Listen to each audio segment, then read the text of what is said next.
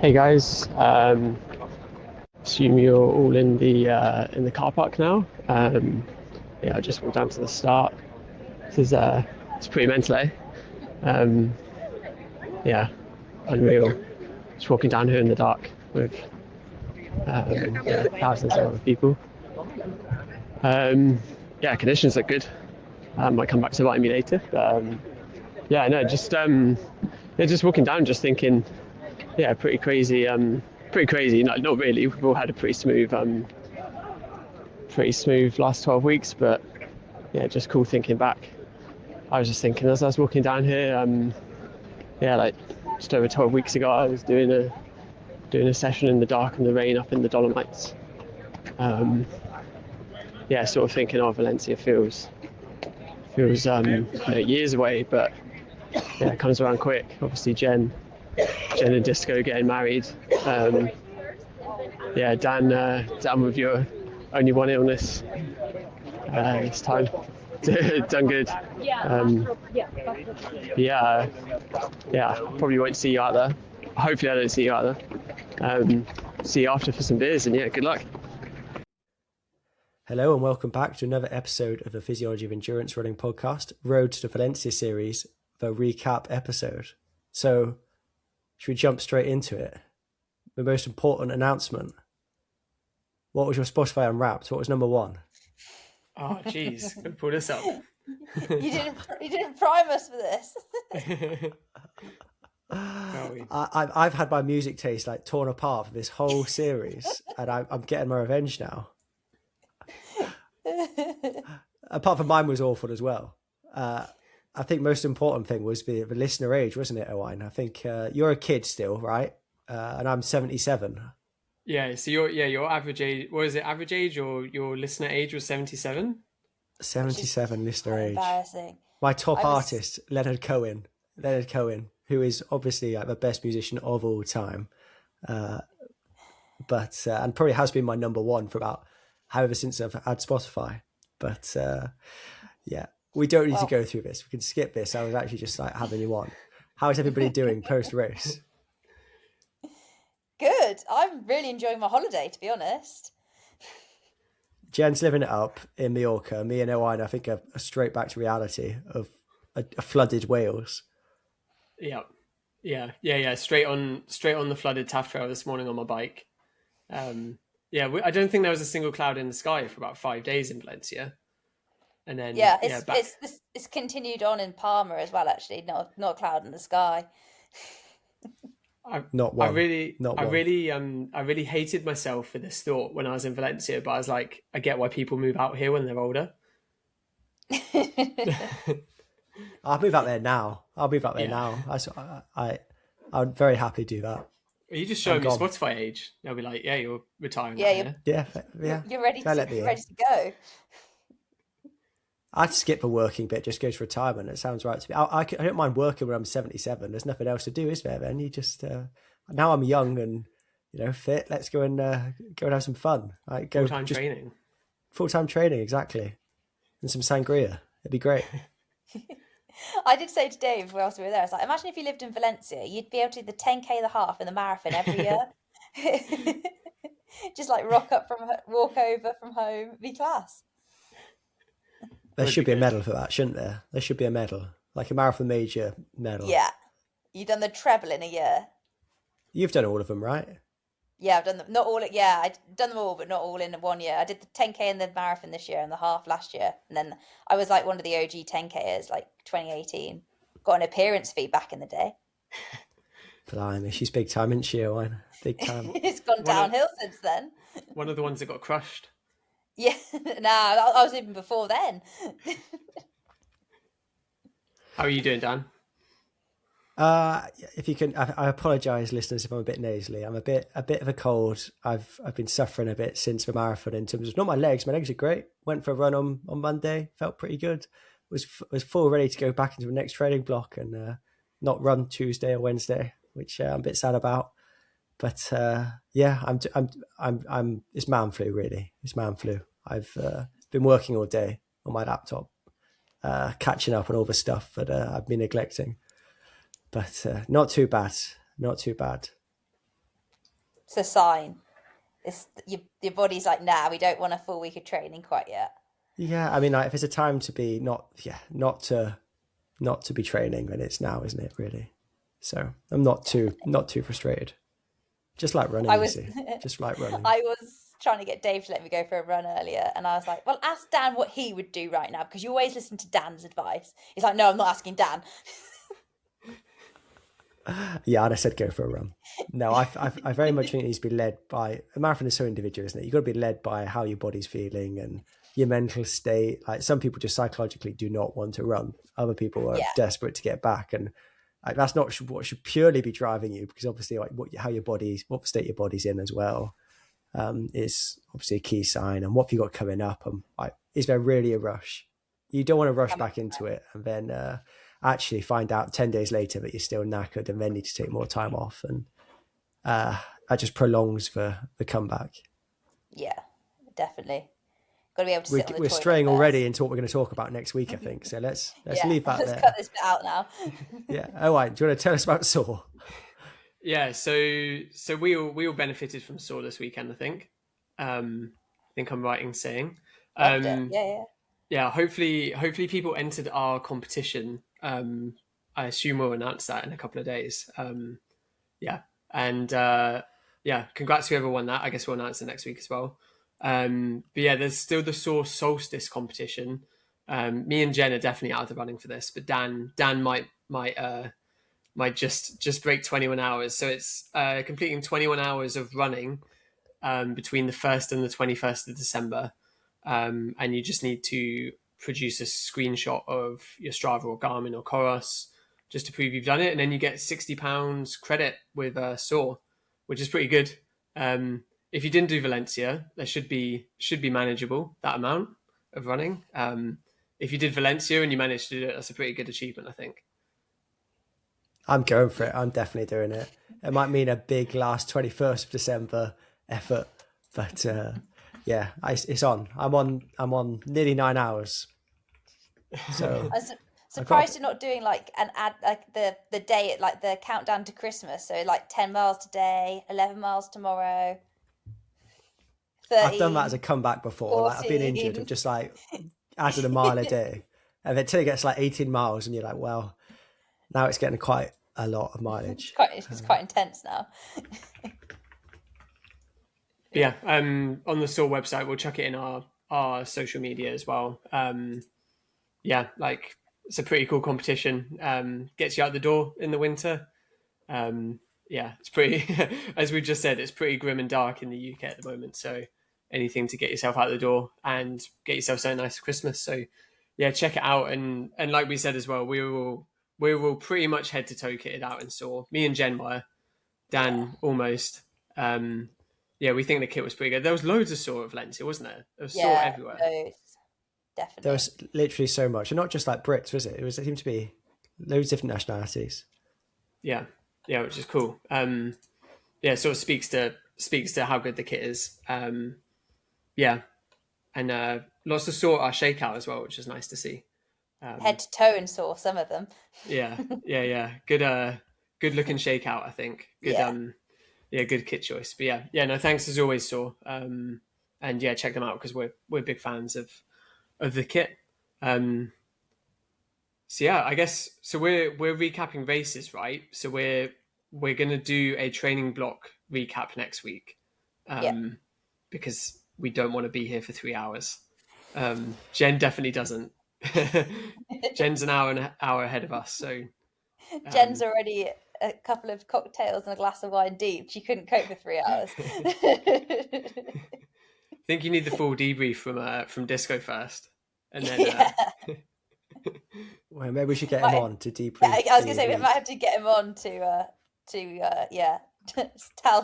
if I'm actually telling the truth or not. Apparently 80% compliance. 80% compliant. Yes, we'll skim for our weeks, but then just get to race day pretty swiftly. Talk through the exciting stuff. Yes. So when do we start off? Is it the 1st of December? 1st of December. Yeah. Cool. Who wants to start? Jen, you're starting, aren't you? Shall I go? I'll go. before you before you fall asleep. Let's go for it then. 1st December, this was week 2 of the taper, and I was fully having a meltdown by this point. So morning was just 45 minutes easy. Heart rate was ridiculously high. This was the theme for the whole of this week. Just heart rate was like, I probably run like average like 145 to 148 on my easy runs, but they were all in like the 150s. Anxiety through the roof at this point. That was Monday morning, just 45 easy. Monday afternoon, 30 minutes easy. I actually didn't let Dave run with me that afternoon because I was in such a foul mood, and I felt so bad from the morning that I was like, nah, I can't put him through this again. So I just did an easy half an hour out and back, came home, lay on the floor in the lounge, just stared at the ceiling for half an hour and thought, I'm not going to be able to run a marathon on the weekend. It's all over at this point. Had a good talking to from Dave. Managed to get out in the morning to do my last little session before the marathon. So that was just 3K at what we thought was marathon pace, but it wasn't. 3K and then 5 by 90 seconds. The 3K was I think I actually probably ran this a bit quick. It was 3:31 a K, I think.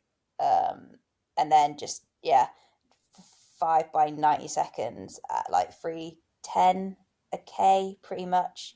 That was just to get the legs moving. It was meant to be 6 by 400, but I didn't want to know how far I was running, because then I tend to like just absolutely hammer it and try and run like 70 seconds for the 400. So I just turned them into 5 90-second reps to kind of save myself from that just trauma as well. So that was. Apart from it wasn't 3:10, was it? It was 3:08, 3:10, 3:05, 3:03, 3:05.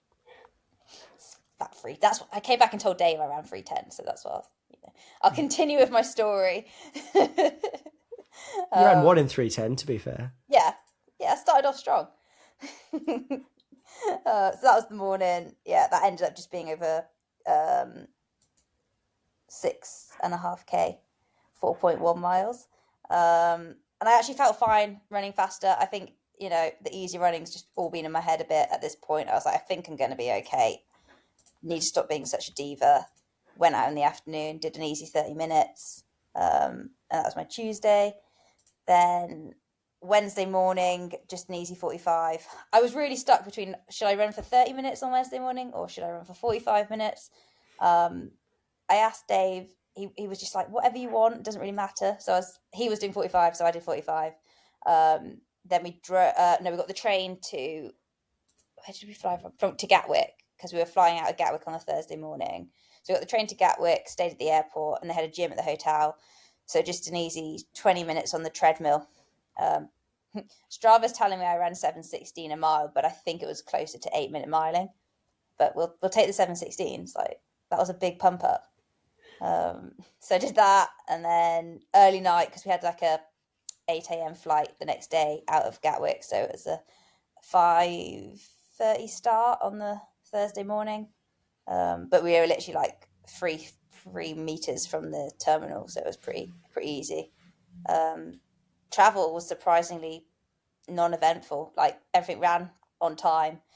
Got to Valencia at like 12 o'clock. Couldn't check in till 3. So we ended up just going and sitting in like this like random little cafe somewhere that had like really good ham and cheese baguettes. So we just munched our way through those. And then checked into the Airbnb, went for a run. We just did 40 minutes in the park. Went and had a look at the start, checked out where we were going to go on race day, took a few pickies, and then that was it for the day. So that was just a 40-minute run. Friday, we met you and Rachel, didn't we, Owain? Was that Friday? Yeah. That was Friday. It all blurs into one a little bit, but I see the picture on my Strava. So met with some of the squad, just did an easy 40 minutes. I added in 2 by 30 seconds at some point in this run. It was before we met you, because I was feeling like a bit flat, and sometimes I just find if I go and run a little bit harder for 30 odd seconds, it kind of just like reignites me a little bit. So did that, felt all right. This was the best run I felt, like the best I felt all week, and I think it was because I wasn't thinking about how I was feeling because I was just chatting. So actually ended up feeling great on this run. I was like, oh, maybe it's all coming together like Dave said it would. Frustratingly, annoyingly. But that was what I did on the Friday. Then Saturday morning, just an easy 20 minutes, then 2 minutes, way too fast. Should have probably run it a bit slower, but got a bit carried away. And I think I was like just trying to see how good I felt in this 2 minutes. This is something I tend to do every single time before a race. It's like 2 minutes at threshold, then some strides. The 2 minutes ended up being basically like 3 minute Ks or close about. I think it was like 5:10 miling or something, 3:07s. 3:13 a K. 3:13, yeah, 3:13 a K in my mileage trainers on some like dusty gravel path somewhere. But it got the heart going a little bit. And it's something I tended to do every single time. So I just, get it done. Some strides after that. That was it for the day. 3.6 miles. I have in the past like done a double run on the day before a race. But I was actually really nervous about doing this before that because I was scared I was going to ruin the carb load if I went out in the afternoon and did a run. So I just didn't. I was like, it probably doesn't matter at this point. So that was the Saturday. Met some of the Endurance Collective for a coffee afterwards, which was nice. And then, absolutely hammered the carbs all day. Got to the evening and I was struggling to get through a bowl of pasta. So I think I nailed it. I think I did pretty well. No jelly babies were consumed at all because there was no room in the luggage, and they don't sell them. So that was kind of heartbreaking, to be honest. But survived, got it done, and then it was the big day. I'm just gonna have to have a drink of water, guys. I'm sorry, my throat's gone mad. It's all right. Do you know how many grams of carbs you had the day before? I didn't measure it, but I'm gonna say it will probably be like around 550 there or thereabouts, which is pretty much, it'd be 10 or 11 grams of carbs per body weight. So that was like, it was all I could manage. Like I got to the point where I was like, I can't go on with the carb load. What did you substitute in for jelly babies? Wine gums, was it? Wine gums? No, some like rip off like Haribo things. They weren't great, but they had like the little eggs in them, and I like those, so they were fine. But I just hammered. I had loads of chocolate Rice Krispies. They seem to like go down quite well. Cocoa Pops. So, yeah. They were just like chocolate Rice Krispie on the box. But they are Cocoa Pops, yes. That's what I had as well. It's funny. Is it? I bought them for $9. I thought, you know what, that'll work for me. I also had a lot of these like little dinosaur biscuits. I did send a picture into the group actually, but it didn't get the reception I wanted it to get. Well, I probably missed that. Too busy actually parenting to see that. I think you were driving the car at this point actually. But no, it all went well. Like took on loads of electrolytes in that week as well, because I was aware it was going to be like slightly warmer than perhaps we had planned for. So I had like probably like 1 electrolyte a day and then 2 on the day before. But I think like actually on reflection, that bit was pretty good. I wouldn't change much about that. And then big marathon day, 7th of December, 5 a.m. alarm. So 3 hours and 15 minutes before the race. 8:15 is an early start, isn't it?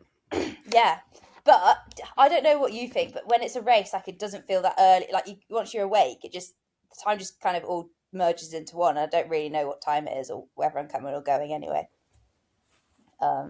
So alarm went off at 5. I'd already been up for about an hour and a half at this point because I was like a bit worried I wasn't going to wake up to the alarm, even though we had like 3 other alarms set as well. So once the alarm went off, been awake for about 90 minutes, jumped out of bed, put the like, we had like a coffee machine up, so put the coffee machine on, got the coffee going, and then had breakfast, 2 slices of toast covered in jam. And then what did I do after that? Got changed. I'd had all my kit pinned, number was pinned onto my bib on Friday, so I was well prepared for the Sunday morning wake up. Got dressed, had another electrolyte, tried to get down like 2.5 litres of water ish, and then I pre-ordered an Uber to the start line. Was slightly concerned it wasn't going to turn up, so I gave myself plenty of time for it to arrive. So if it didn't, I could have walked. But it was there waiting for me. Got the Uber at 6:35. Got to the start line at 6:45. Found Dan. Then we were warmed up in this like underground car park, which was quite cool. Had to walk past like a nightclub that hadn't quite finished for the night at 6:45 in the morning to get in, which was, you know, an experience. And that was it. Yeah, got there, nervously chatted to Dan for a bit. Never been so terrified about doing something in my whole entire life. Did a 12-minute warm-up, which included 2 by 30 seconds. And I'm not sure at what pace these are at because there's no GPS underground. So that was actually probably a blessing in disguise, to be honest. But felt all right doing it. Put my shoes on. That was it. And then next thing I knew, I was stood on the start line. I was stood on the start line, right? And the day before we'd had like what was the talk about how the paces are going to be done or whatever. And there was supposed to be a man called Diego, number 341, who was going to pace 2:30. So I'm stood on the start line like, where the hell is Diego? Like, Diego, where are you? And I couldn't figure out where he was, couldn't see him. I'd looked at all the men that had like pacer bibs on, couldn't see the number. But there's this one guy warming up who had a T-shirt on. So I was like, oh, maybe that's Diego. He just hasn't taken his T-shirt off yet. So just before the gun goes, I tapped this guy on the shoulder. I was like, are you Diego? Like, he's looking at me like, no. I'm like, what? Are you a pacer? He said, no, I'm trying to run 3.5 hours. He'd snuck into the elite start, had like a I can't remember. It must be like a blue or something bib on underneath his T-shirt, and he just hadn't taken it off yet because the gun hadn't gone. He obviously didn't want to get kicked out. So I was already like, where the hell is Diego? And then I'm like really pissed off. There's this bloke in front of me that's not like I'm going to overtake in like 100 meters. I was like, what's going on here? So that was the first bit of carnage going on. Never found Diego. I don't even know if he showed up, to be honest. So I'm stood on the start line. I then didn't realise that the race was about to start. I don't know why. I just thought there was longer until the race was going to start. Next thing I know, all the guys had come in from behind us. The gun goes. I'm like, oh, we were actually starting. So that was it. The race had started. There wasn't much warning, was there? There wasn't like a countdown. It was sort of just a pause and then the gun went. Yeah. And I was like, oh, is this it? Like, is this it? Are we going? But I think that actually probably helped me because I get so like the last like 30 seconds before race, I get so nervous usually. This time I didn't realise. I just like had to just start my watch and go. So that's pretty much what I did. The aim for the race was to sit behind Diego for the first half. But Diego was never there. Is Diego even real? I don't know. Is he fictional? Did you like just Diego just imagine him in your head? Yeah, Diego wasn't there, so I was like, well, that's plan A out the window. We're just gonna have to try and hope for the best at this point. If you're Diego, drop us a message, please. Yeah, we've got Diego. questions. So the aim was to go through halfway in 75 minutes, which is 17:45 through 5k. My first 5k split was 17:44. So I was like, okay, this isn't too bad. Like, we'll take this. Like, I think we're on pace. It feels good. I'm like, I should do at this point in the race, hopefully. And one thing I think on reflection is like coming from a 5k background, running 2.5 minutes slower than what I can do over that distance. It was very hard for me to gauge actually how hard the effort was, or like what it should feel like, or if I was slightly increasing the pace or not, because like the next split, my next 5k split, so at 10k was 17:38, which like to me, like that's 6 seconds. I don't feel that 6 seconds. Like nothing about anything changes. And then again, the next split was 17:35. And then 20k was 17:35. So I got into like a really good rhythm, and I honestly felt great at this point, like so good. I went through halfway in 1:14:28, so slightly too quick. And I know, like, it's so on reflection, I'm like, okay, if I'd have just gone through 30 seconds slower, would the second half look slightly different? But I went through I honestly went through halfway and I thought, I just got to maintain this to 30k. And then once I get through 30k, I'm just going to put the hammer down because I feel great. Like that's what I was feeling. I was like, okay, this is all right. And like in training, like it being quite similar paces, some slightly slower, some slightly faster on some of the float sessions I'd done. So I was like, this isn't alien. This is kind of what I'm used to. I think I'm going to be all right. I was getting more and more confident at this point. Went through 25k. That was another 17:46 to 30k. That was another 17:46. This is like the most metronomic I've probably ever been in a race. Honestly, I went over the 30k chip timing mat. Everything just fell apart. Like I did not like I've heard like in the past, like once your legs go from underneath you, they go from underneath you and that's it. I did not expect to literally, it was like I clicked my fingers and it went from one thing to the next. It was just like instant, and it was as soon as I went over that 30k mat. Like as soon as I went over it, I was like, "What the hell? This is not looking good. Like this is not looking good." So the next 5k was 18:53, then 19:27. That was to 40k, and then the last bit was last 2.1k was 8:19. So it was the last that 41st 12K. K looks really fun. That one, that 41st K, 3:58. Oh, It was 3:58. And at that point we went through that cow mooing section. I'd nearly lost it at that point. I was like, oh, I don't know, I can't cope. I thought that was like the 41k mark or whatever, and it was awful.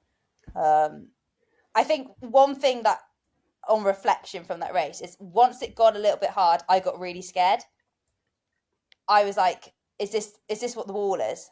And if I try and like dig in too much here, is that me going to be walking in 2k's time? But it never got to that point. Like I definitely like broke down and got slower, but I never got to the point where like I was running 8-minute miling. I in quotations, but still strong-ish in the last 6k, just not where I want it to be. And it's still a lot slower than the first 30k, but it wasn't like what I feared it was going to be when I got to 30k, if that makes sense. And I think next time I'd probably be a little bit less afraid of digging a bit deeper at that point, with perhaps a little bit more confidence that actually I'll probably be okay. I'm probably strong enough to get through it, and it probably will be really ugly, but I'm not going to blow to bits. And I think that was my biggest fear once it started to get like a little bit hard, was like, what's going to happen in the next half an hour? What's going to happen in the next 20 minutes? Am I going to be walking? And I don't want that to happen.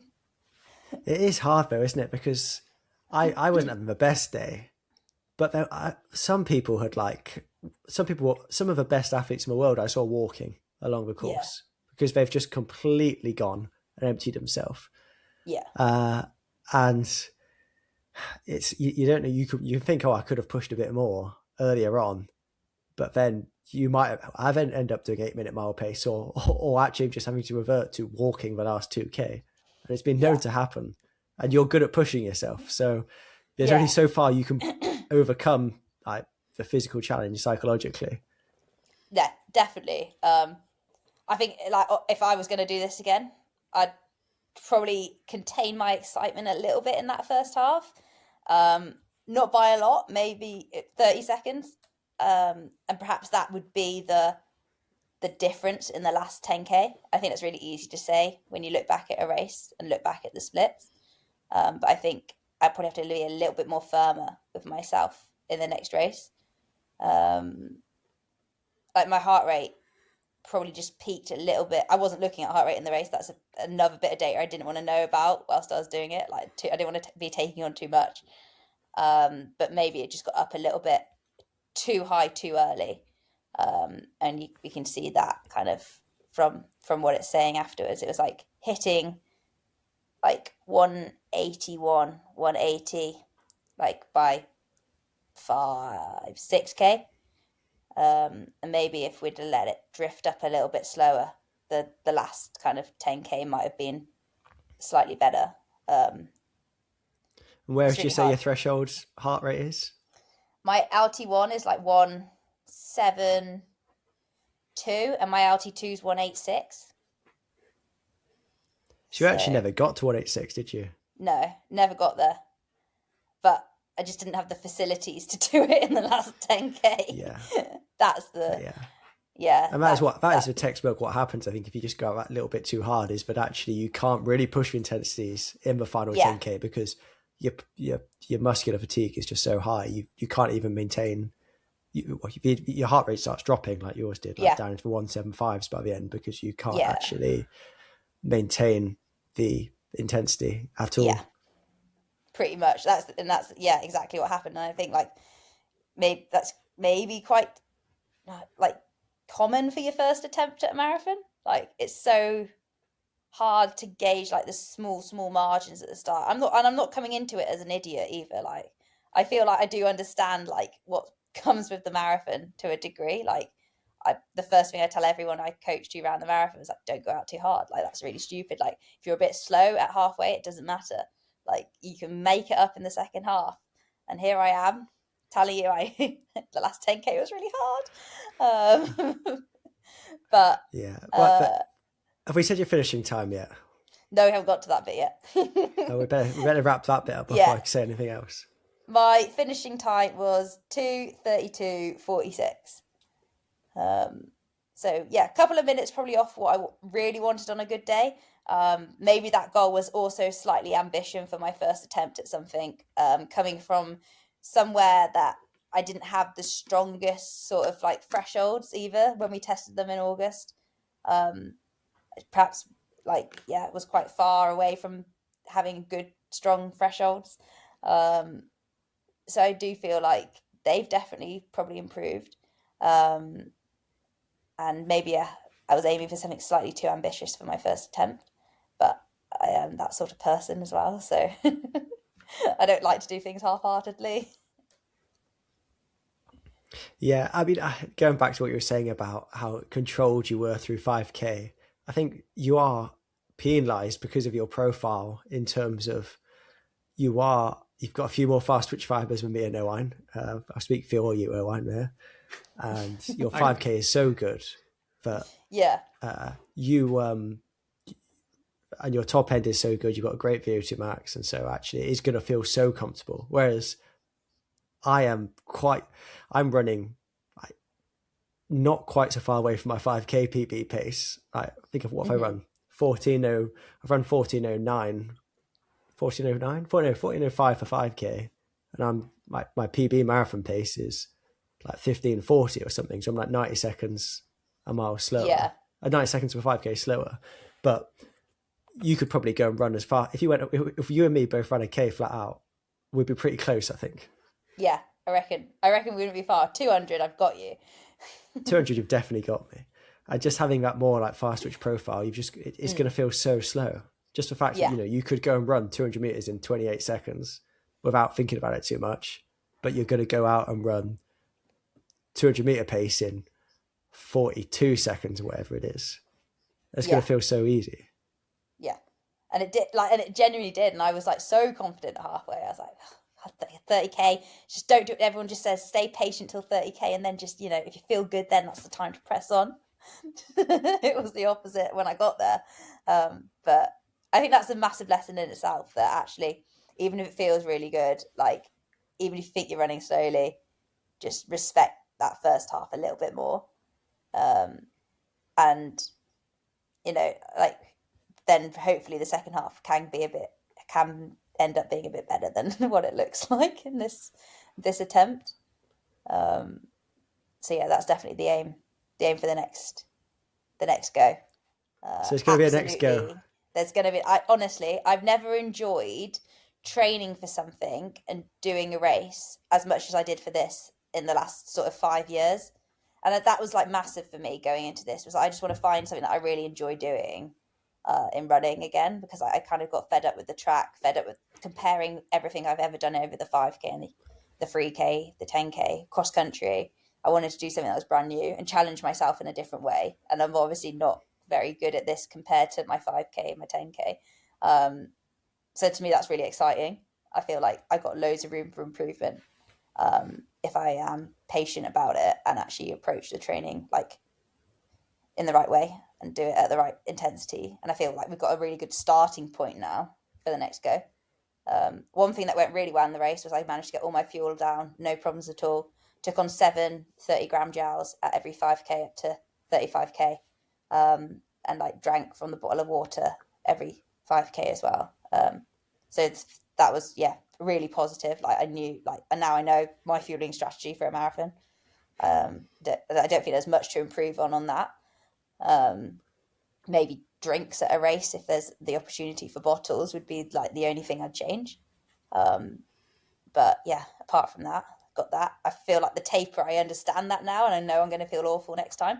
So that's I'll probably be like less of a hassle to deal with. So that's good.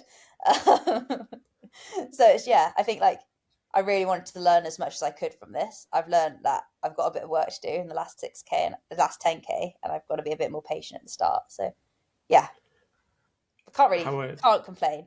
How are your shoes and the rest of your kit? Fine. Honestly, the one thing people say, isn't it? Don't try anything new on race day. Never wore any of the sword kit before the day. Literally none of it. Put it on. Took the labels off in the morning. Put them on. I had the speed shorts. I had a crop top. Brand new socks. Brand new pair of Metaspeed Tokyo Edge. That I'd done I think 3 miles in total beforehand, but everything was fine. No problems. No problems at all. I probably wear the exact same thing the next time. Really great kit. I have no complaints, which is good. I mean, I've gone from being a briefs girl to a shorts girl as well. Now I'm over the age of 30, so I had to find a new kit anyway. I mean, you're talking down your performance, I think, a bit. I mean, it's a very solid debut to go out and run the time you did. It's not like you. There's certainly been much worse examples of a first marathon where they've blown up considerably more than you. It's not like you said you were walking at the end and to go and run 2:32. It's not a bad place to be in at all. And if you think of other people who have debuted in 2:32. They've gone on to do pretty good considerably things. Faster. Yeah, absolutely. And I'm hoping that's that sort of trajectory I can have at some point. I did go away and look at some of the results of the other girls in the race that had done marathons in the past. And there's a lot of girls that have come from big breakthroughs. They've either come from a 2:40 to a 2:30 to a 2:25 or a 2:30 to a 2:20, in the period of a year and a half. So hopefully I can go back to Valencia in 2 years' time maybe and run considerably faster.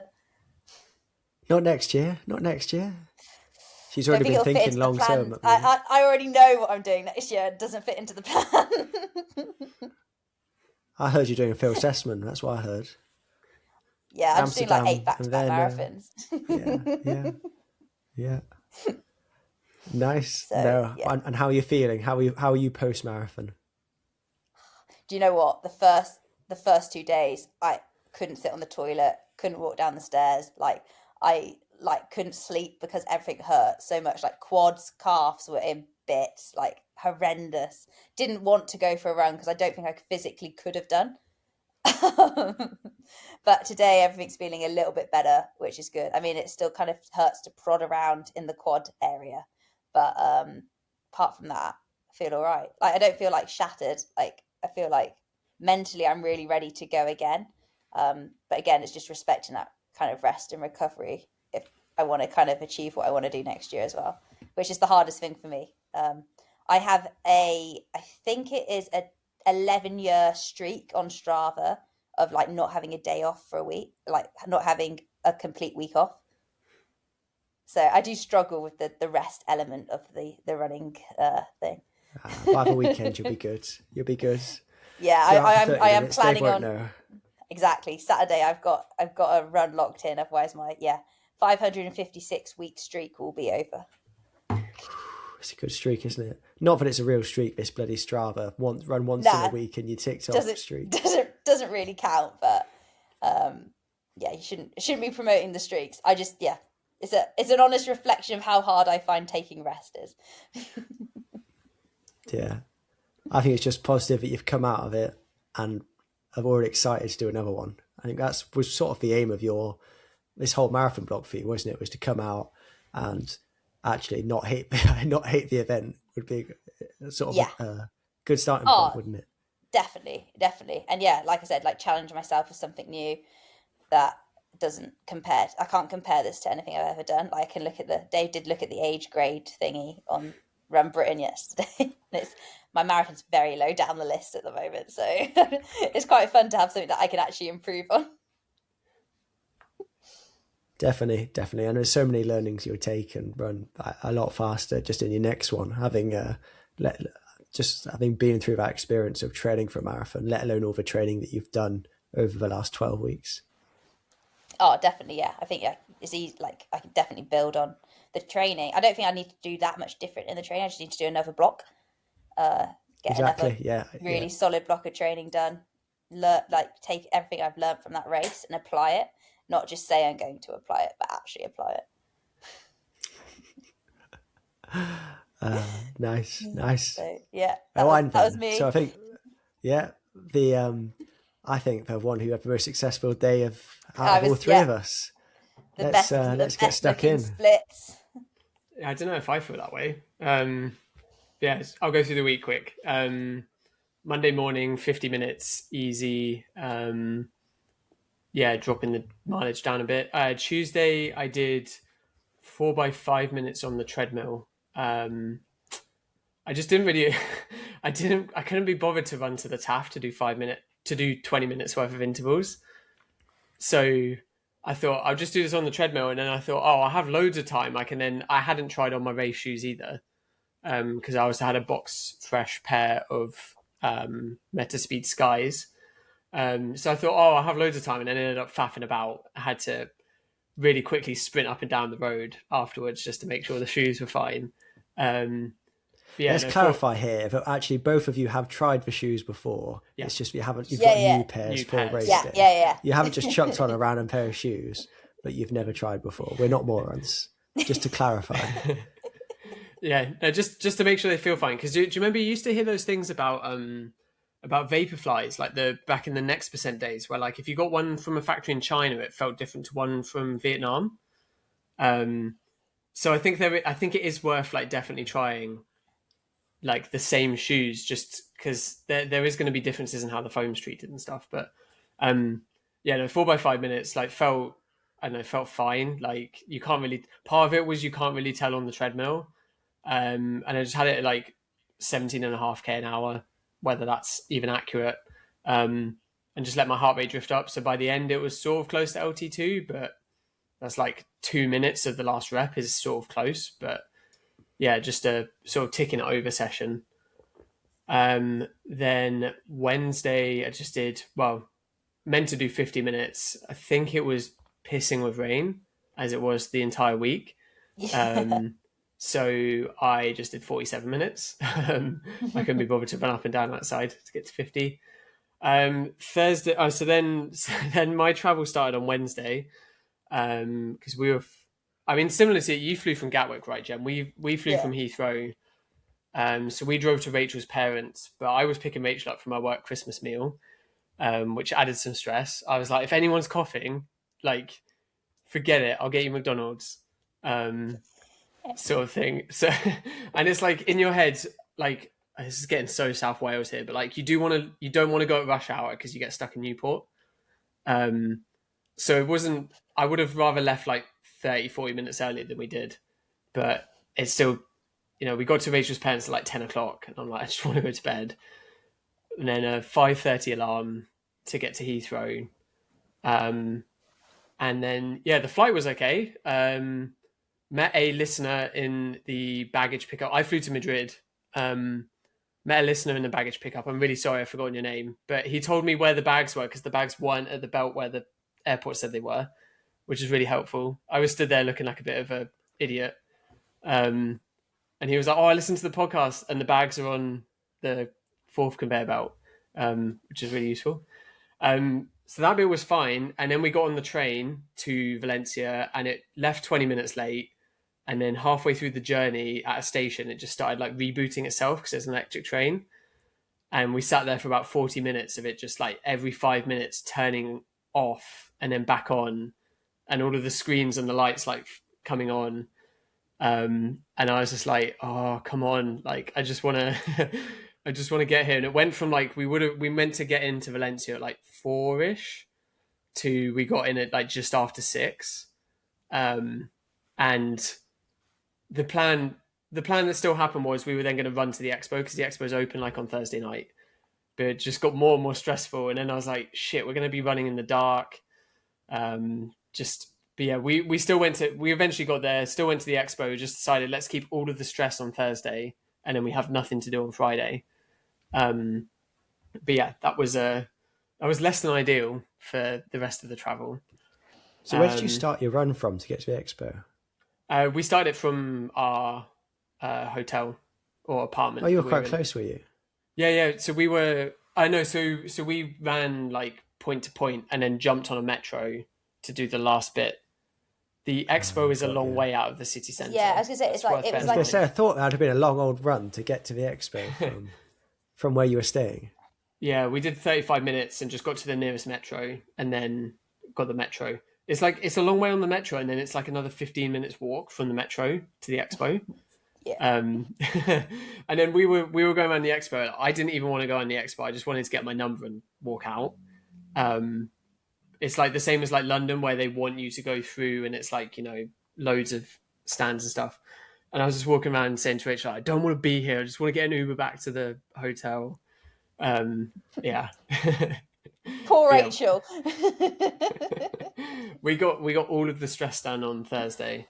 Because I think I would have stressed more if I was then like got to do this on Friday. Yeah. But yeah, Friday morning ran with Dave and Jen, which was nice. Yeah, nice and chill. I mean, I was still feeling a bit.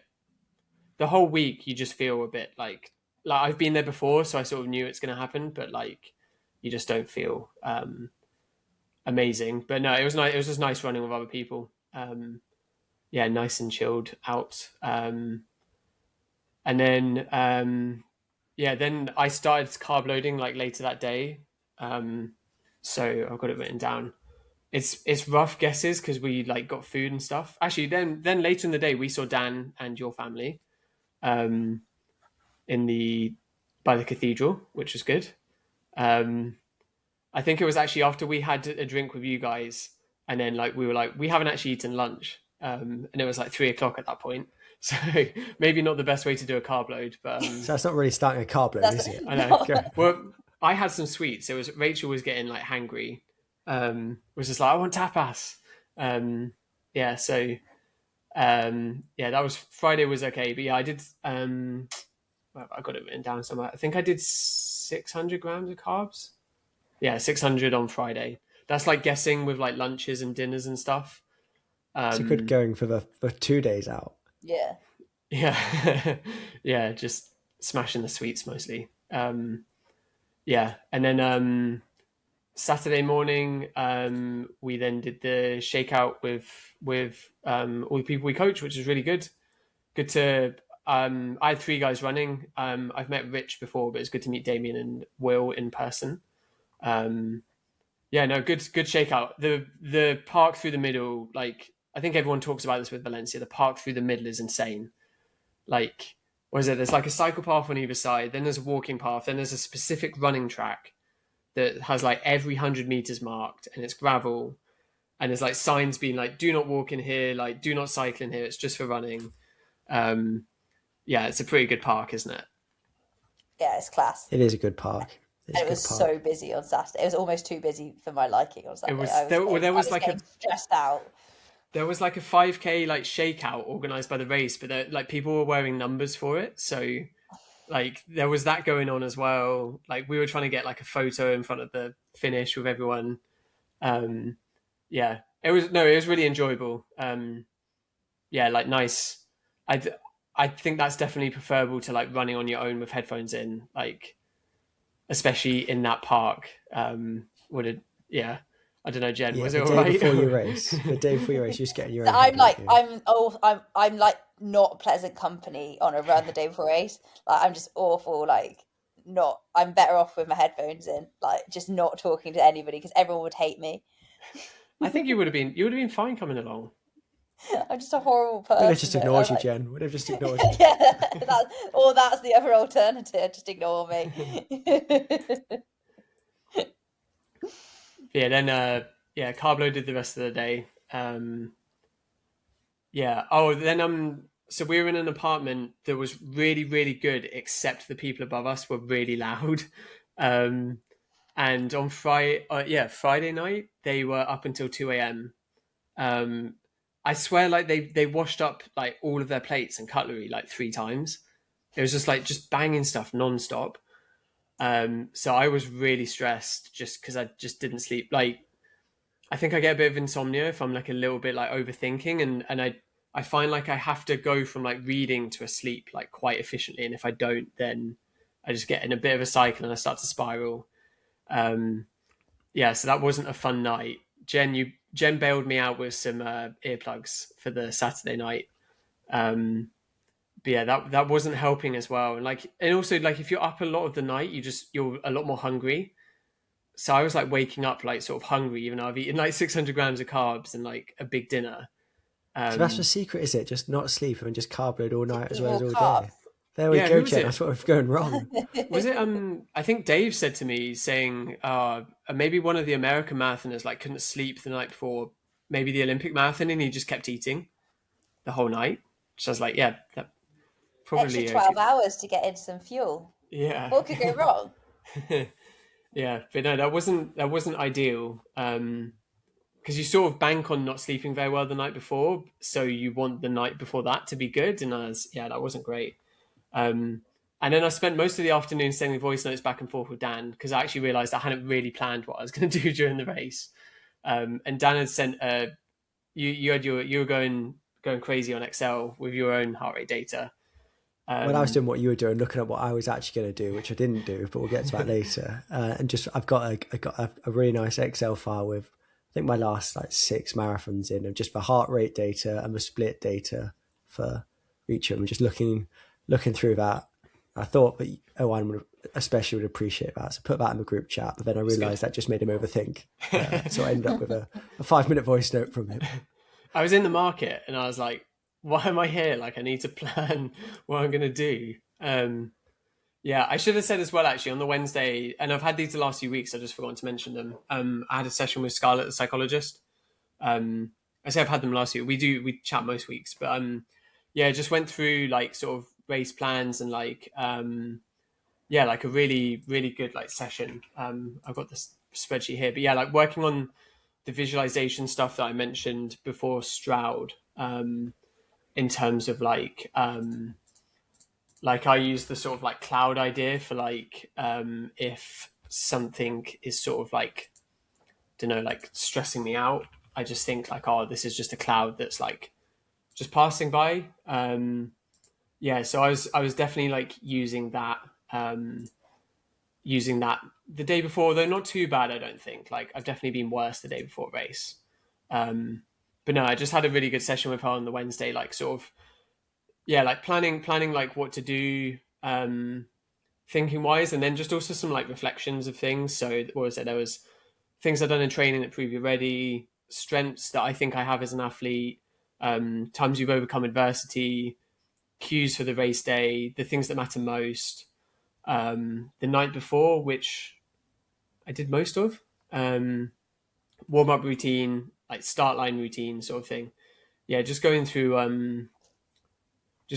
like those sort of thoughts with Scarlett, which was really good as well.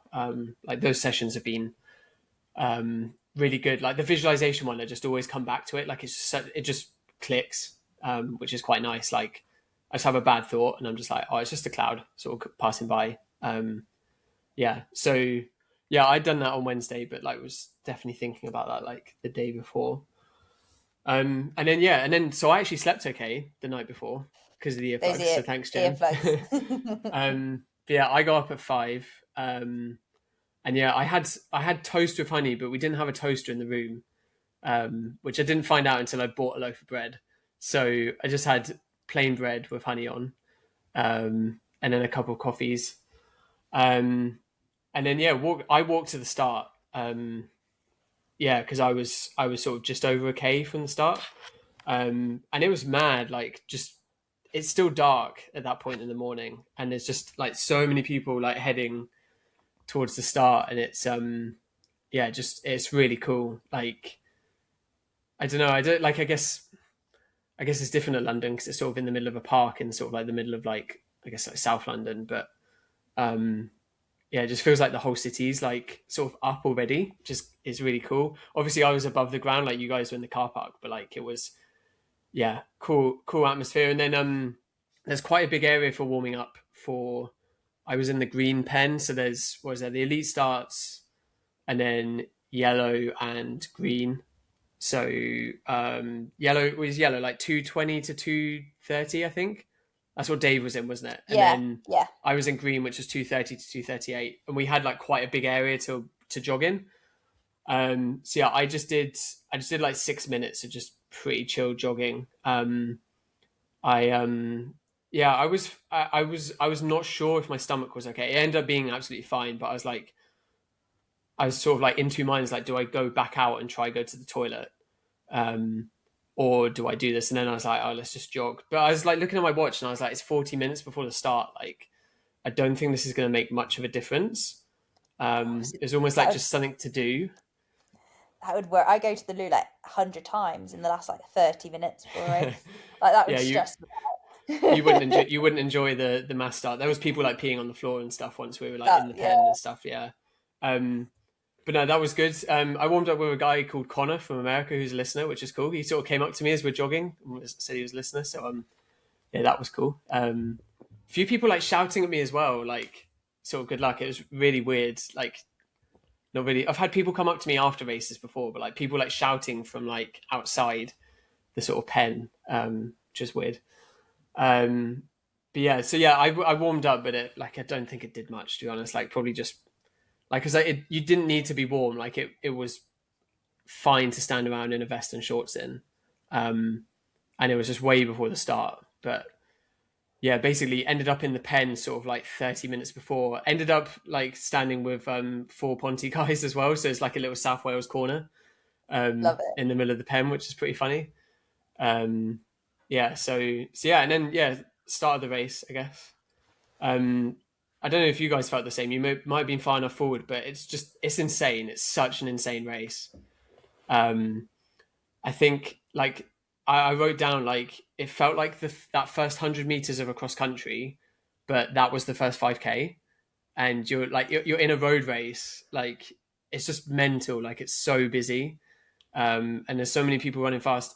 I think, to be fair, I'd heard from a few people that had done Valencia before that like they'd seen a lot of people go down, and like, Dave was saying like it goes out crazy hard.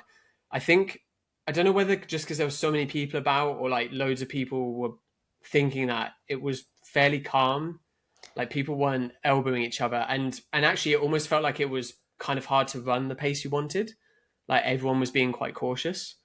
I think because you started behind us, so like we only had women on our side.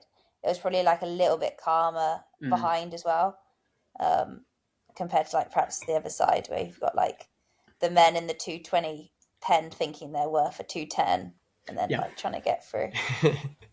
yeah, there's definitely that as well. But it was a mad start, and I think just like reflecting on it, I think that stressed me out a bit. Like, at the time you're just sort of like, oh, this is mad, sort of thing, like what's happening here. So you just probably along like, well, this is mental. And I think in hindsight, like, probably like was actually fairly stressful for the start of a race. Like, maybe the first K of a marathon is a bit like sort of finding out where you are, but this was like over 5K of like just sort of what's happening. Like, you had women from the elite women start sort of coming back into our pen, or our group of people, like people going forwards. Obviously we then merged with people as well.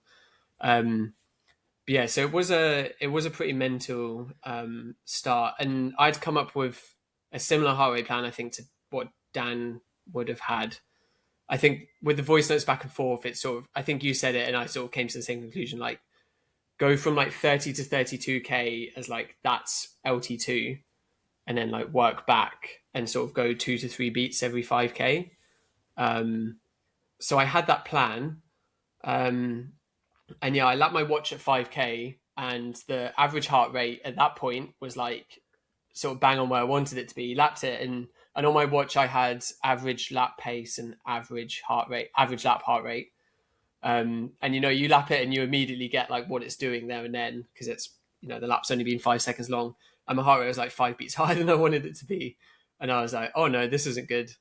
And yeah, I already was feeling like it was a little bit harder to run the pace that I maybe wanted than I thought it would be. So in my head, I sort of thought I maybe want like 3:48 a k, which would have been like 1:16:30, I think, through halfway. I sort of thought that, like, yeah, it would have been nice to go 1:16, but it just felt a little bit ambitious. So I thought 3:48 a k, and with that heart rate plan. And yeah, I went through the first 5K in, I've got the timing here, 3:42 a k, which I sort of put down to that first K just being a bit it was like kind of hard to, the whole of that first K, like the pace is coming down. So it's like, I know I'm speeding up. It was like, I definitely looked like 500 meters in and it was like 3:55 sort of thing. So it was like actually fairly slow out of the start. So I sort of put that difference down to that first K, but then seeing what my heart rate was doing, I was like, oh, this might not be good.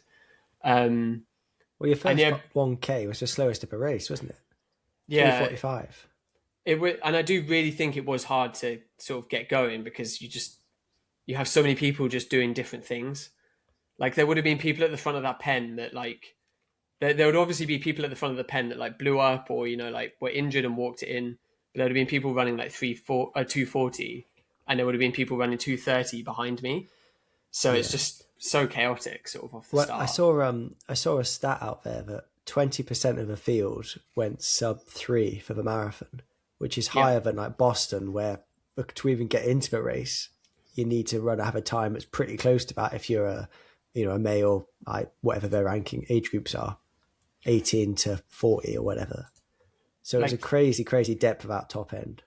Even like I've got the official tracking for like all three of us, like the official splits, because it's got the 5K splits, and me and Jen finished exactly a minute apart, and there was like 83 runners between us. Wow, which is like mental. Yeah. So there's 83 people finished in that minute. That's mad. But then it felt like that when you were running. Like it never felt like you weren't in a group. There was always people around you. Yeah, although definitely later on it didn't feel like groups. It was just like people just going in different directions. Yeah. But no, early on it's like just a mass of people. Yeah, I think the feeling that I'd had through 5K just kept going for like 15K. Like I just didn't feel as comfortable as I sort of expected it to feel. And my heart rate was a bit higher. I think between 5 and 10K, I managed to sort of chill out quite a lot, and I just sort of sat on a few people that I sort of felt were going the right pace, and did calm down a bit, which was so my heart rate was fine. And then basically 14, 15K, I just came around this corner and I just instantly felt so good. Just felt a lot more. It basically felt like my body, or like it was suddenly like, oh, okay, yeah, you've got more gears to go to if you need to. You're not like running. It didn't ever feel like I was running like max effort. It just didn't feel like comfortable and settled. Like I was thinking back to that 80-minute run we did, like that big group of us, and it felt so chilled throughout all of that. Like it was tough, but it felt like really manageable, and this didn't feel like that. And I was like not particularly enjoying myself, to the point where I was like, I don't even know if I'm going to finish. Like I was just like just not clicking today, like it's just not working. But 15K like just felt so much better. And then I think like 16K maybe I then saw Jemima, and then like 100 meters later saw Rachel, which was really nice as well, because like you're just in this mass of people, and you do feel a little bit like when it's not going right, you're like, oh, this sucks, like I don't know anyone here, like just in the middle of Valencia, like don't really know where I am. So that was kind of nice as well. That it's like started to feel good, and saw some people I knew as well, which is good.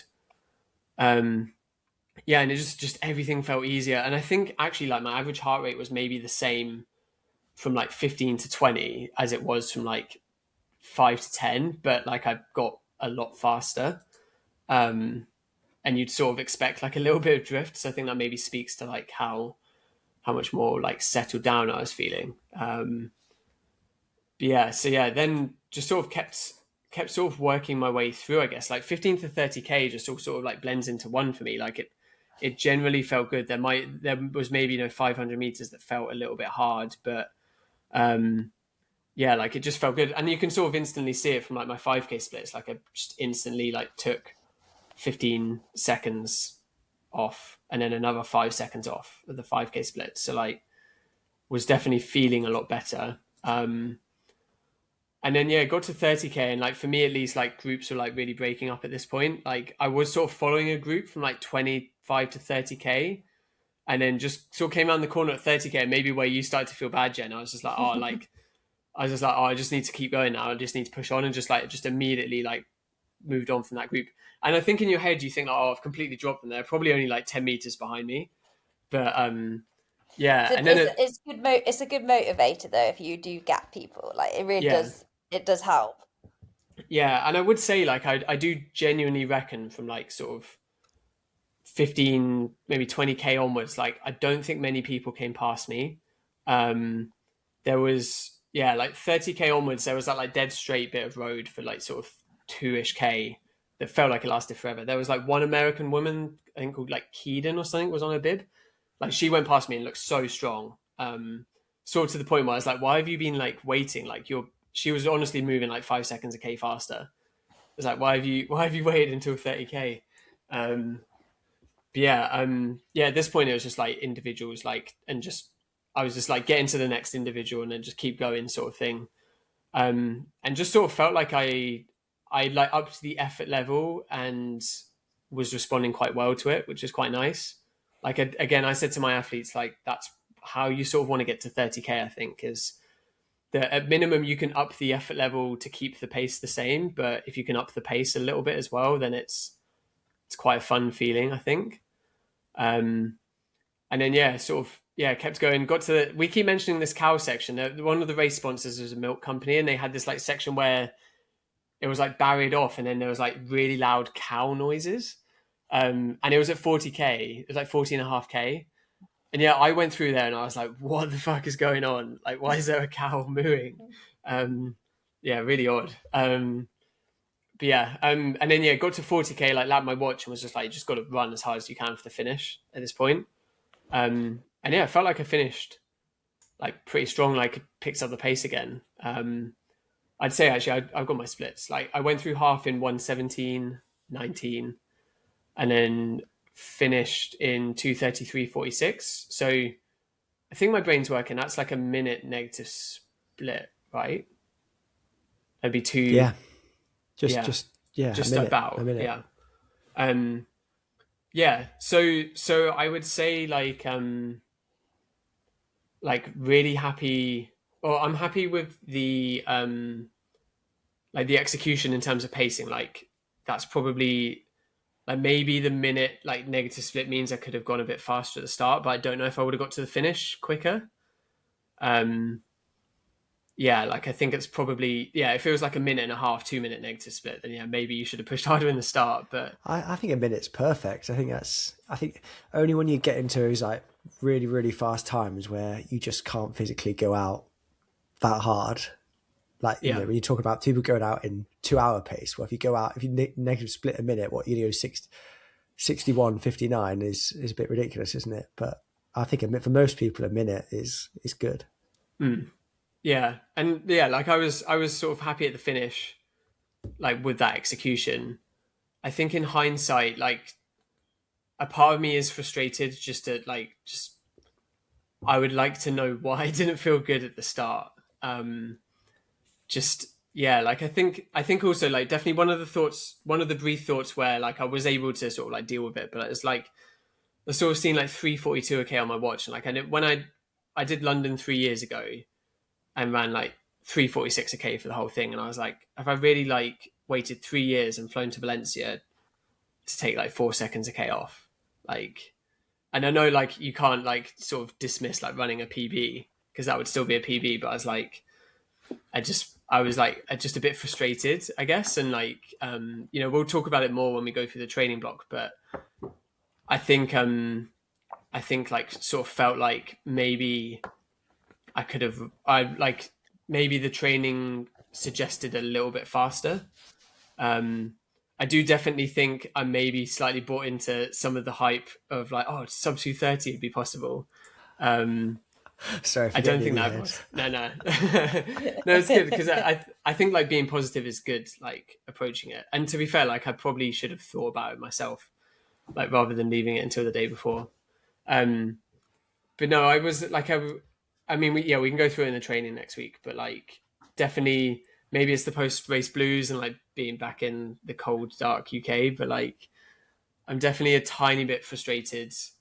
Yeah, just basic. I don't know. It sounds stupid, but any of those like 5K splits where it was like a 340 or 341 or 342, I'm like, even though it would have maybe only changed the result like 30, 40 seconds in the end, I'm just like, oh, like that's a little bit frustrating. I don't know. It seemed like I know it's only 2K, but like seeing 328 per K for the last 2Ks, I'm like, maybe I think there was more there, and I don't know why I didn't feel good at the start. Well, I think I can tell you why you didn't feel good at the start. It's because you jogged for your 10 minutes and then you had to sit in the pen for 30 minutes doing nothing. Nothing, yeah. That is why you felt bad at the start. Yeah, probably not ideal. But then it's interesting it took till 14, 15K to feel good. But yeah, probably some mental stuff going on as well.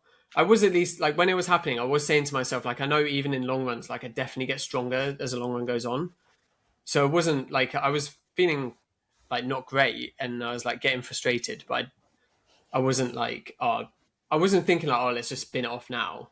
But yeah, so no, I think it was like, yeah, good execution. Like, yeah, just tiny, I don't know if you're rating it, I'd like to say like 7 out of 10. Sort of is my feeling, but maybe, I don't know, maybe come back to me next week and it'll be like 8, 9 out of 10. Yeah, and I think everything else, like it's like everything went well in terms of like the fueling went well. Like I did the same as Jen, 30-gram gel every 5K. I did have one blow up in my pocket, which wasn't ideal, so the back of my legs were covered in gel. Where like half of the gel blew up, so I had half a gel at 35K, which I think actually like helped, like just a little bit at the end. I don't think I would have done. I sort of knew it was like a half like empty gel, so I just like took it, had what was left, and then chucked it. I think if it had been like a full gel, I probably wouldn't have touched it. But yeah, and like the kit was really good. Yeah, like I was chucking water on myself every water station and felt fine throughout. So yeah, I think like pretty happy with the execution. I realized I'm talking to both of you, and you'd like be really happy with a negative split. I'd be buzzing. Yeah. But yeah, like it's just. I think yeah, everyone's got a different like perspective on their own race though, and that outcome and what they wanted from it too. So, and it's nice to have like something to like think like next time if I do X, Y, or Z differently or whatever, or I have like I'm a bit more confident to push on slightly earlier on, maybe. Yeah, I guess it's difficult because like I didn't feel great and my heart rate was high, so to me that's like.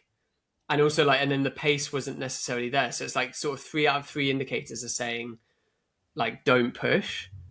So I'm not sure if I was in that situation again, I would push because I'd just be like, well, am I just sort of hastening my demise? Like if my heart rate's already higher than, and it's not like it's 1 beat higher. It's like, I think in my plan I'd had written down, it was like 166 at like 5K, and like when I lapped it, it's like 171. So it's like I think that's a fairly like that's a noticeable enough difference to where. Do you also think because you were fresher and then you had adrenaline on the day, it was going to be a bit higher anyway, and maybe that needed to be accounted for too? I think so, yeah. Like I do, and that was sort of part of me and Dan going back and forth in those voice notes. Was I was saying like, yeah, when I test in the lab, like my LT2 is 175, but then like I ran a half marathon a month and a half ago and the average was like 177. So like over for an hour and 12 minutes, I was sustaining a higher heart rate. So, and I know there'll be drift in that, but like it's sort of taking that the field based sort of measure and like comparing it with the lab. And I think like Dan, your heart rate data comes from races, right? Like do you separate them out? So you've got race data and lab data, and you only compare them to each other, sort of thing. Yeah, I mean that's how I've built like my strategy for a marathon. But then actually for me, I will average 170, 171 for a half marathon consistently. And my threshold data in my lab always comes out as about 171, 170. And I guess I'm racing for just over an hour, like an hour 4, an hour 5, hour 6 minutes, depending on how fit I am. But it just seems to be consistent. And people say LT2 threshold, you can hold that for an hour, but I think it's a bit variable there. Yeah. I mean, I don't think you can. I think you should be buzzing, to be honest. Like first, I'm still pretty happy. I know you've run. Yeah, I mean, you always come out as like just steady Eddie, like not too high, not too low, which is not a bad place to be. But what was it? Nearly a 5-minute PB, negative split. Yeah. And I know you've run a marathon before, but you've not run a marathon for a very long time, and you've just executed it like pretty much perfectly. Yeah. Yeah, I'd like to think that's one of my strengths is like when I execute a good race, like it's pretty good. It's either that or I just completely blow up in DNF pretty much. So yeah, there's nowhere in between. But yeah, no, I think also, yeah, like that would be something where I do think I can do pretty good. Like this year, like between this and like Barry 40, like that's like, yeah, a negative split, a marathon and a 40-mile race. So yeah, like I think, yeah, when I do it right, it's pretty good. But no, like I'm pretty happy. Yeah, like I said, it's probably an element of like post-race blues, like yeah, sort of, yeah. And you're always thinking like, you're always immediately like, oh, like could have done this and that. But no, like, yeah, pretty happy all told. Like good experience. Definitely recommend doing Valencia. Like it's mental. Such a mental race. Oh, it's so good, isn't it? It's so good. Yeah. No, great job. Right, I will whiz through my week. An hour and 16 in already, aren't we? We've not even started. Right, so Monday, hour on the treadmill. Like it was, like you said, raining all week. So hour on the treadmill, 4:17 a K. PM, 30 minutes on the treadmill, 4:17 a K. I just check it on 14 kilometers an hour, and that's my standard treadmill, easy run pace. Then Tuesday, 30 minutes in the morning, 4:33 a K. I was feeling pretty rubbish. I felt like I was ill, I think. I can't even remember now. It feels like so long ago. 4:33 a K. And in the afternoon, just 30 minutes, 4:02 a K. Obviously feeling a bit better. Illness had gone. Yeah, illness had gone. It cleared up. I like to do the pre-race, pre-marathon session on a Wednesday, just because otherwise it's a lot of jogging until race day. So I did my Wednesday morning session. I did 2 by a mile, and then was sort of just going off how I was feeling a little bit. I did 4 by 400 on the end. Was potentially going to do a few more 400s, but felt like that was enough. So I did 2 by a mile, and I ran. The idea was to do this at marathon race pace, but it obviously wasn't. I knew at the time it wasn't, because I ran 4:54 for the first one, 3:03 a K, and then 4:54 for the next one, thinking I'd slowed down, but I hadn't, and felt all right off a minute's rest. And then the 400s, just aimed to run them slightly quicker. So I went off 40 seconds rests, just to give me, I normally go off 30 seconds with 400s, but just to give myself a little bit more breathing space, and felt like I'm not after training stimulus now, I'm just after feeling good and moving a bit quicker. So I went 70, 70, 70, 69 for those 400s, 10-minute jog at the end. And yeah, felt all right. Heart rate, not bad. I sort of feel like at this point, I've done enough marathons now to know that it doesn't even matter how you feel in those last 2 weeks. Sometimes it feels good and sometimes it feels bad. It doesn't really influence the outcome. So I'm not stressing too much at this point. and then doubled in the evening, 30 minutes, 420 a k.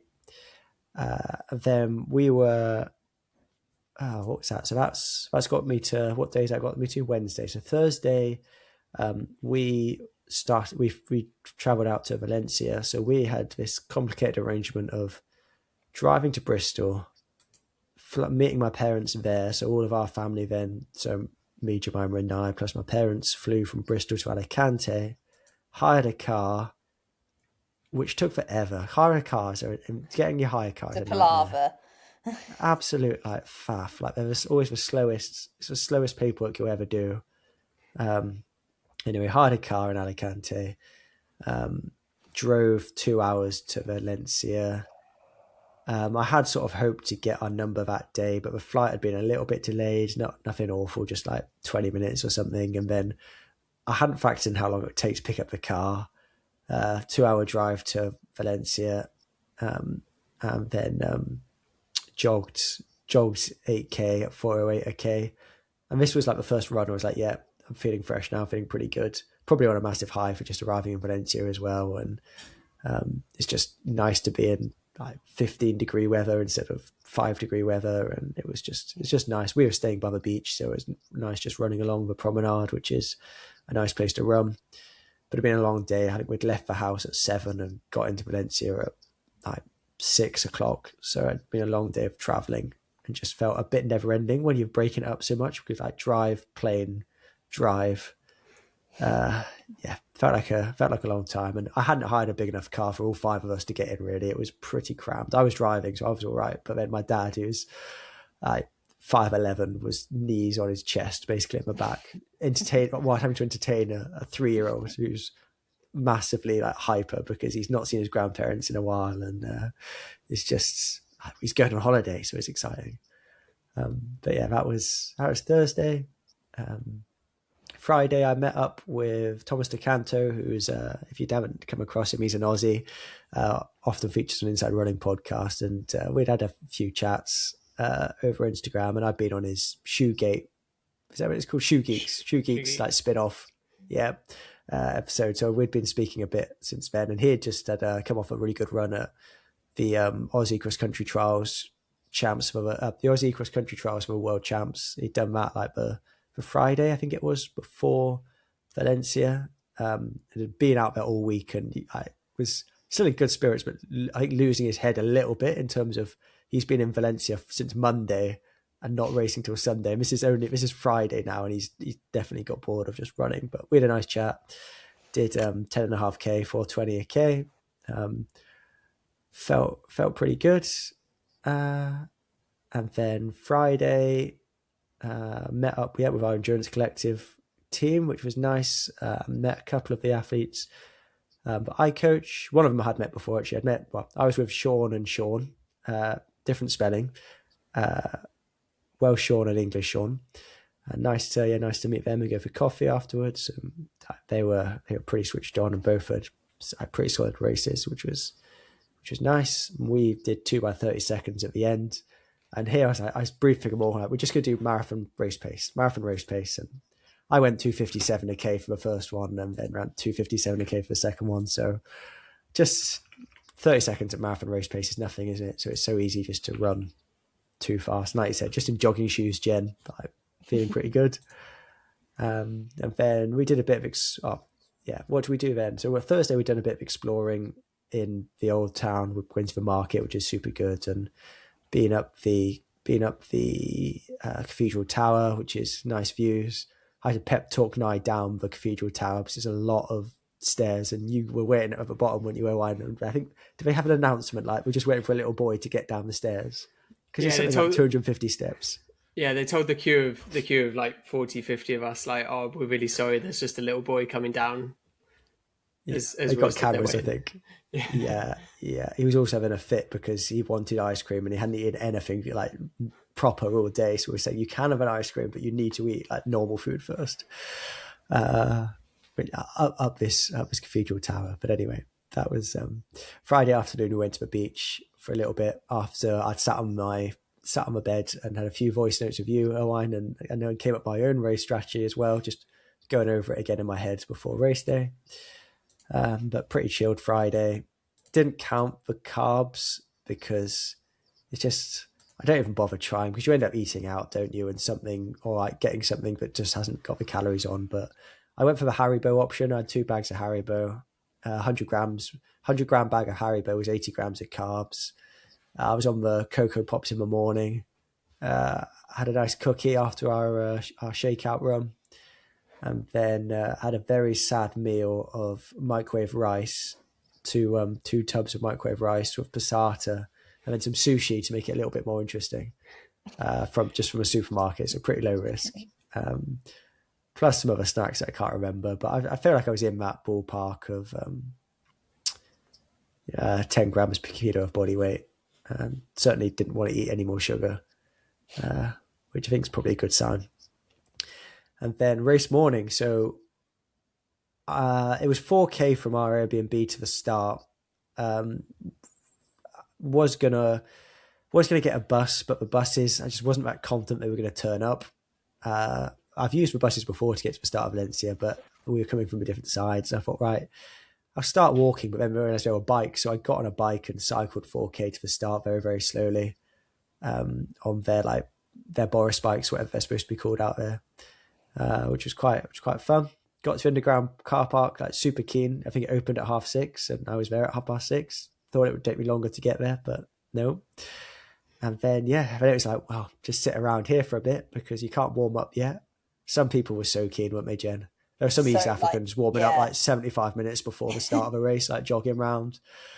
Started my warm up at nearly 7:30. Just did 13 minutes with Dan Hamilton, who was another Ponty runner and also my Welsh team. And I mean, no GPS down there in the underground car park, but it is cool, this underground car park. If you've not seen the videos, it is cool. They've divided it all up into booths, which are, like, most of them are management companies. So you've got NN and you've got, I can't think of any others now. Some of the ASICS teams and whatever. And then you get down to the ones at the end that are just like unnamed. So the Brits claimed a booth, and basically I felt like it was like me. It was a lot of London based, like that cottage group basically dominated in there. Yeah. There was a lot of them. And it's just nice. I spend so much time training by myself, but it's nice to catch up with those people that some of them I know quite well, like Ronnie Richmond from Biddeford. He's I've been on 50k team with him before, and I've known him for 20 years, and it's just nice to catch up with those sort of people. And Peter LeGrice from Bristol and West, I've been racing against him since I was 16, so nice to see some of these people and catch up with them. But yeah, jogged with Dan Hamilton, and I think we did like 10 or 12 minutes. Then the end, I just did one lap, however far that is, a little bit faster. And then I don't know how much faster it was, but just picked it up a little bit. Heart rate peaked at 151, so getting close to LT1 for, maybe a couple of minutes. And I was feeling all right. I've taken my Currans 2 hours before, so I had 4 tablets of them. Then literally on my walk over to the start, I've had 300 milligrams of caffeine in the form of like gum. I've not taken any carbs before the start, other than just like a pre-race breakfast. What did I have? I had Cocoa Pops because I bought them for Nye, and he decided he didn't like Cocoa Pops, in terms of he just wasn't prepared to try them, because I thought it'd be a great treat. Buy him Cocoa Pops. He's never had them before. No, he wasn't a fan in terms of he wouldn't even bother trying it. If he'd tried it, he'd have loved it, obviously, because it's Cocoa Pops. But had my Cocoa Pops, had my orange juice like 4 hours before, and then race start. And so I've talked about my heart rate plan quite a few times, and that had been the plan. I'd gone over the day in my head. I know that I should be hitting about 161 by 5k, 163 by 10k, and then I'm just going up a beat or two every 5k, like you said, Owain.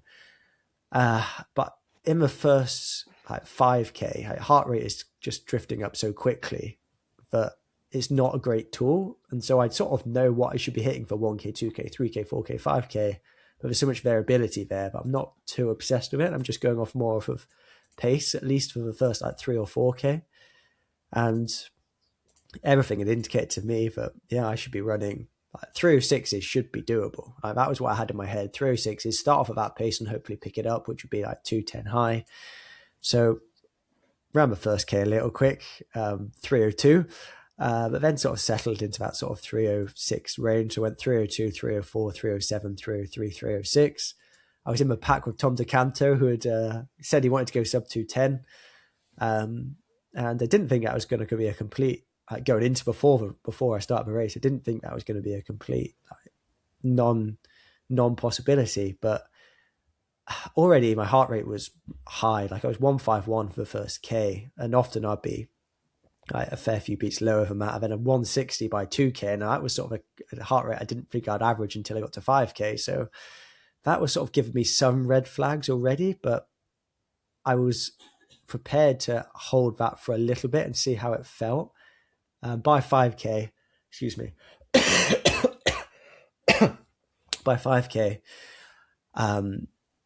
I knew that this was going to be too hard, which was a little bit depressing. 5K in, like every other time I've done Valencia, I've been on for a good day, and I know I've been on for a good day by 5K just by looking at my heart rate and how I'm feeling. But 5K in, I'm not working hard, because you're not working hard 5K into a marathon, are you? Even if you've gone out a little bit hot, like you did, Jen. But the heart rate was being a bit high. I was feeling like it was a bit hard, and I thought, I'm prepared to ignore the heart rate for a little bit, because maybe today is the day where the heart rate is just a bit higher. Like, some of the lab testing data suggested maybe my threshold heart rate was slightly higher than it had been before. But it was combined with the fact that it was feeling hard. I thought, I need to leave this group, because where I was in the race, there are definite groups, and it does break up quite a bit. So I left the Tom DeCanto group, which was the 210 group, really, and backed off to running. I think I ran the 6K and 310, and then I'm still like in over 306 to 310 range, but sort of in a sort of subgroup, which was annoying, because every other time I've been in it's been like really good, just literally sat on the back of a group and just like sat in. But yeah, anyway, went 15:29 for the first 5K, and then from then sort of just backed off to like 309 a K average. So I went 15:43, 15:45, 15:43, but heart rate was still like a bit higher than I would have wanted. And it's probably a fact that I've just gone and run 15:29 for the first 5K when I wasn't ready to do that. And never felt super comfortable. And also the psychology I hadn't really appreciated. It just felt so different going, right, I already know that it's not going to be a great day. Maybe I can sneak a PB, but I don't think I'm not going to be running 210. And considering I was super confident that 210 was achievable, it just put a bit of a downer on the whole thing, in terms of, I know that I'm just running here to have a solid race. And I was definitely in the back end less prepared to really kill myself, knowing that I'm going to come out with an okay race and not a great race. But I did have some motivation. So by about 10K, I could hear the shouts behind me. Come on, Jake. Come on, Jake. And I can hear, and then you hear the stomping. It's Jake Barraclough. He's up on my shoulder. And I didn't want him beating me. I didn't want him beating him. Then it was Peter LeGrice as well, who I've mentioned at the start, who's from Cornwall. I've known a long time. And I didn't expect him to be anywhere near me either. So to have those two in my pack, and they were probably in my pack until about halfway, I think. I was... that was good motivation, because I didn't want either of them beating me. Peter's a very good runner, and Jake is obviously a very good runner, but when you know them, it becomes more personal, doesn't it?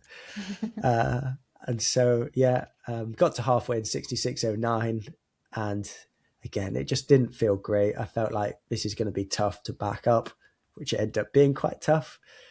And the pack had broken up by then, or certainly just after halfway. I think Jake was having a bad day, ended up DNFing.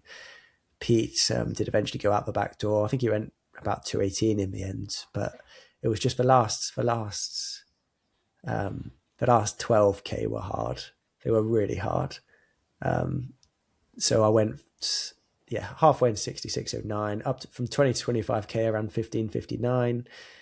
then 15:50 up to 30k, 16:14 up to 35, 16:15 up to 40, and finished in 2:14.03 on my chip time. I was really hoping that I could bring it to a 2:13.59, and I was sprinting so hard down the last 400 meters because in Valencia, if you haven't done it, it marks out a K to go, 900 to go, 800 to go, 700 to go, and I'm doing my maths, and I think it's going to be, if I kick now, it's still going to be really tight. I think I had to run 2:27 for the last 800, and I obviously ran 2:27 for the last 800, but I needed to run like once. That was to break run 2:14 dead, so I did pick it up. Apparently my last, according to Strava, I'm 2:57 a K for the last 300 meters. But yeah, it was just a bit of a tough day. And I think I was pretty disappointed at the end in terms of, it's a funny one, the marathon, isn't it? Because it's not like a short race where you stop, you watch, you go, oh, I ran that time. You know what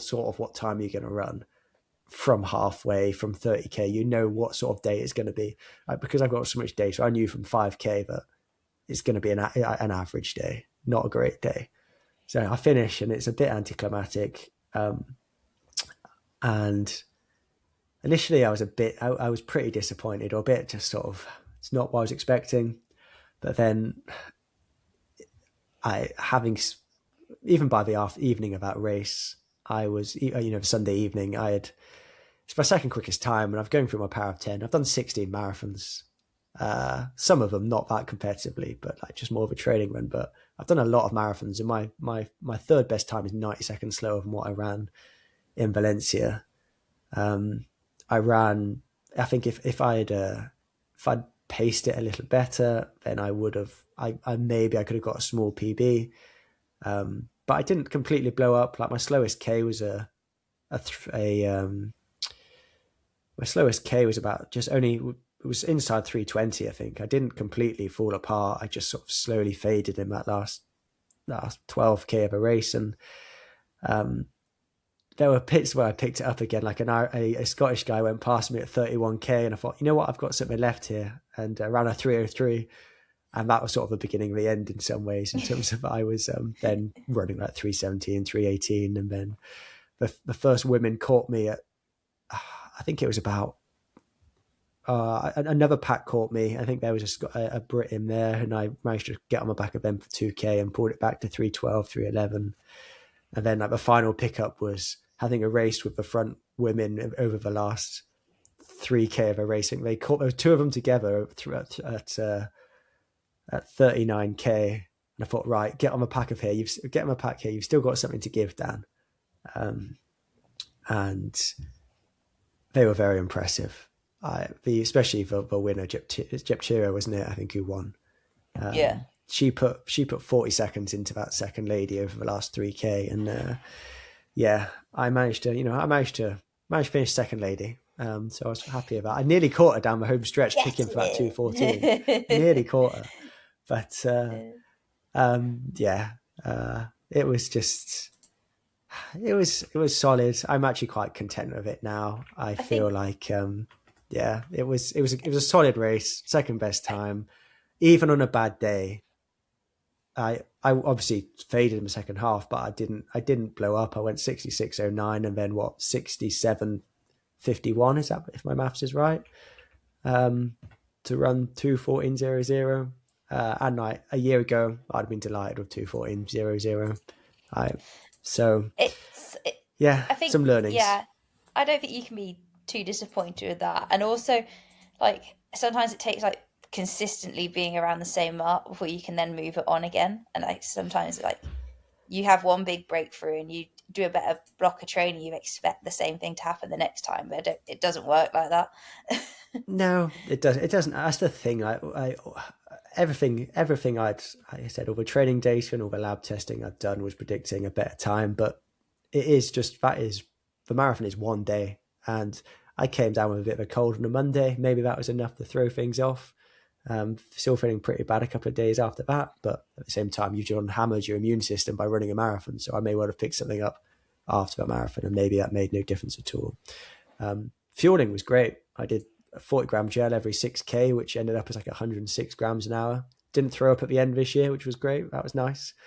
And if I just followed my normal heart rate plan, I'd have run a great race. But it was quite nice to stress test that and put it to a challenge and realize that, yeah, if I start running too hard too early, I get found out.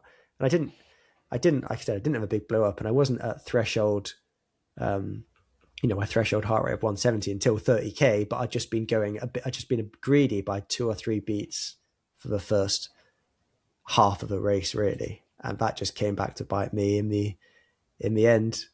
I think that's the subtle difference between our experiences, Jen, in that it's so fine margins that I could get my heart rate higher at the end. I was up to 179, kicking down the home straight, was up in the 170s, mid 170s, which was what I normally would be at the end of a marathon. But I was just not getting the pace back for it because I've cooked myself going too hard early on.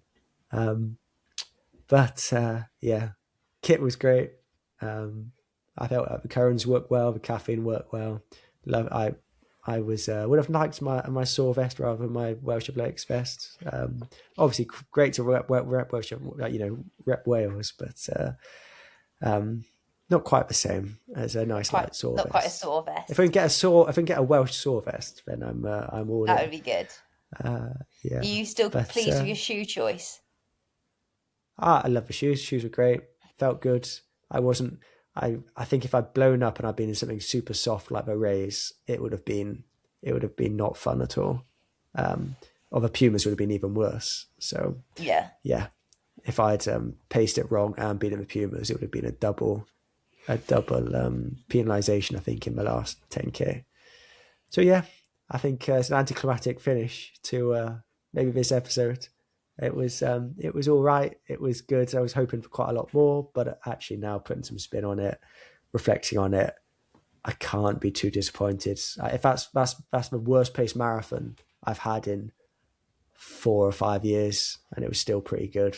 So it's nice just to be consistent. And I think I've added to the sub 220 tally, so I'm now up to 8, which is nice. How speedy did it go on Power of 10 Valencia Marathon? It's already there. Same day, I think. Yeah. Same day. Incredible. 66th place, second lady. Which I've had 2:12:59 at Valencia, 2:14 at Valencia, 2:15:19 at Valencia. So Valencia is always good to me, even when it's a bit of a struggle. But yeah, now plotting the next steps. You're going to call it a revenge tour or just the next marathon? No, it's just the next marathon. It's not a revenge tour. Like I said, it's not like I went. That's the thing as well. Like you think afterwards. My initial thought afterwards, not a great day, not what I wanted. But then went past Callum Hawkins at something like 25k, walk along the road. I think he was struggling with his chest. Who's the Aussie who was jogging it in? Have to?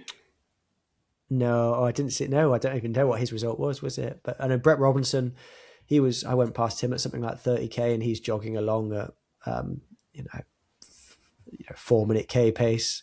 So it does put perspective on it. The marathon is hard, and it's not going to go perfect every time. And I'm one thing that I think I said at the very start of this block was my C goal was just to have another consistent, solid run, and it turned out that the C goal is what I achieved, and I'm glad I still achieved that. So.